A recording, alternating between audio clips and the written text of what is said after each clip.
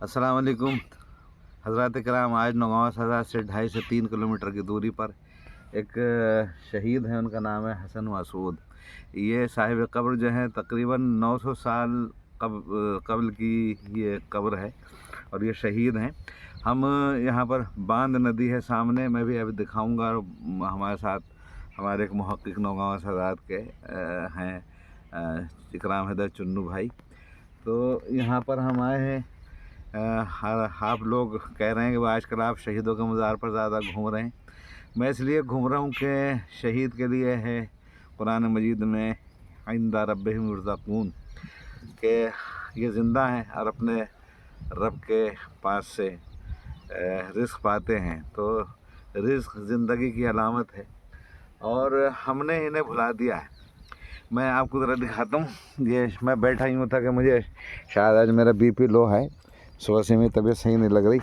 ये साहिब कब्र हैं, यहाँ पर बताते हैं मेला भी लगता है। और ये खड़े हैं चुन्नू भाई इकराम हैदर। ये बांद नदी जो है ये आई है और अभी से ज़रा सा थोड़ा सा बहुत शॉर्ट में बताइएगा।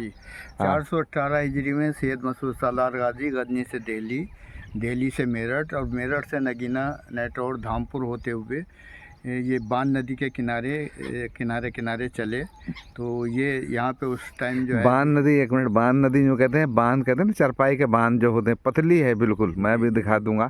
तो जी आगे बताइए। हाँ वजाहत करता हूँ। हाँ जल्दी। तो ये नूरपुर तक तो फैल के चली है और नूरपुर के बाद जो है बहुत बारीक होके चली है, इसलिए बांद नदी कहलाई। यहाँ पे जो है बहुत से नौगांवा सादात से मिला हुआ है बिल्कुल एक किनारे पर। ये फरीदपुर के बिल्कुल सामने पहाड़ की सिमत में ये मज़ार वाक़े है जो बिल्कुल बांद नदी के किनारे है। और इसके अलावा भी बहुत से मज़ारात हैं जो करीब 80 मज़ारात की निशानदेही हमने की है। उनके 80% के भी करीब नाम भी तहरीर किए हैं जो उन्होंने बशारत देने के बाद अपने नाम ज़ाहिर किए हैं जो नौगांवा सादात के गली कूचों में और इसके अलावा अतराफ़ में जो शहीद हैं वो सभी शहीद मतलब इसमें आते हैं। कुछ शहीद ऐसे भी हैं जो हमें जिनके नाम मालूम नहीं हो सके या जिनकी मालूमात अभी तक नहीं हो सकी। बहरहाल करीब 80 नाम जो हैं 80 शहीदों की निशानदेही जो हमने की है। 80 में से हमें 80% के नाम मालूम है, बस ये समझ लीजिए। 80% के नाम मालूम, 20 के नहीं है। हाँ 20 के नाम मालूम नहीं है। और वो भी नाम उन्होंने अपनी बशारत देने के बाद जो है उनको मतलब के बताया, पड़ोस वालों को बताए हैं, मोमिनीन को, जो उन्होंने मतलब इन नामों को शाया किया। तो ये यहाँ पर है सिर्फ 2.5-3 किलोमीटर दूर 900 साल पुरानी कब्र और 80 शहीद नौगांवा और उसके अतराफ़ में। तो आइए यहाँ पर आइए, अपनी एक मीरास है, अपने लोग हैं, शहीद हैं, इंदा रब्बिहिम युरज़क़ून हैं। यहाँ से आके अपनी हाजात तलब कीजिए, एक विज़िट कीजिए, कम से कम आइए यहाँ पर, देखिए कि इन्होंने अपनी जानें हक़ की राह में कुर्बान की हैं और ये इस दुनिया से ज़ाहिरी तौर पर चले गए, लेकिन ये हाजिर ज़रूर हैं। शुक्रिया, बहुत शुक्रिया। बुलंदी है यहाँ पर तो, और इसमें हम अच्छा खासा चढ़ के आए हैं और अब इंशाअल्लाह आपको फिर किसी और दिन दिखाएंगे, किसी और शहीद के यहाँ जाऊँगा तो दिखाऊँगा। ये जो नशीब नज़र आ रहा है, रास्ता नहीं हो रहा क्योंकि बारिश हुई भी है, घास फूस ज़्यादा जमा हो गया। तो यही ये बांद नदी इधर से आती है, ये सब खजूरें नज़र आ रहे हैं, ये ऐसे मुड़ के जा रही है। मैं इसका दिखा दूंगा जब हम जाएंगे। ये हरिद्वार से निकली है, जिसके सखोई और मालन के एक साइड में इसके सखोई और मालन पड़ती है और दूसरी नज़र में दूसरे साइड में गांगन पड़ती है। गांगन सखोई मालन के बीच से निकल के ये जो हमारी जो प्रॉपर्टी होती थी पहले, कहते थे ये गंग से संग तक। संग ज़रा बताइए ज़रा। संग ये है कि सैयद इनके हमारे अजदाद जो थे जब दिल्ली से आए, क्योंकि दादा मोहम्मद इमाम और मोहम्मद मूसा की शादी मोहम्मद शाह की लड़की यानी गयासुद्दीन तुगलक की पोतियों से हुई थी। तो मोहम्मद, एक मिनट, मोहम्मद तुगलक को हमारी 2 दादियाँ, उनकी बेटियाँ यानी 2 शहजादियाँ, हमारे 2 दादों, सैयद मोहम्मद इमाम इब्न सैयद बदरुद्दीन इसाक और सैयद मूसा इब्न बदरुद्दीन इसाक। सैयद मूसा को किसी बात पर नाराज़ हो के, भाई बादशाह हैं, ज़िले इलाही थे, तो जहर दे दिया था उन्हें। बहरहाल आगे फरमाइए। हाँ, तो बादशाह ने जो है उनको सैयद मूसा को जहर दिला दिया।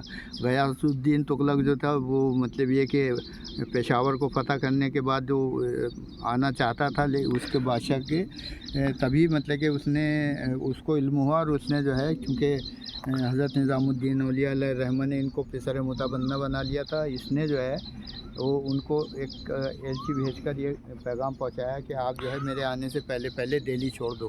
तो हज़रत निज़ामुद्दीन औलिया रहमान ने फरमाया हुनूर दिल्ली दूर अस्त के भी दिल्ली बहुत दूर है। जब ये वहाँ आया, इसके जश्न के एहतमाम के लिए मोहम्मद शाह ने एक किला तैयार कराया था तुगलकाबाद में। तो जब उस महल में आया ये और खाने के लिए हाथ धो रहा था तो अचानक आसमान से बिजली कड़की। मौसम ख़राब हुआ, आसमान से बिजली कड़की और ये जो है ये उसमें जल के मर गया और दब के मर गया, इमारत गिर गई और कुछ इसके फ़ौजी भी दब के मर गए। जिसके लिए खंदार के राइटर हैं, उसका किताब का तो नाम मुझे याद नहीं आ रहा है, उन्होंने मतलब कि इन्हें लिखा है कि मोहम्मद शाह में ये कहाँ से सिफात आई थी कि वो खुद बच जाता, इसका बाप दब के मर जाता।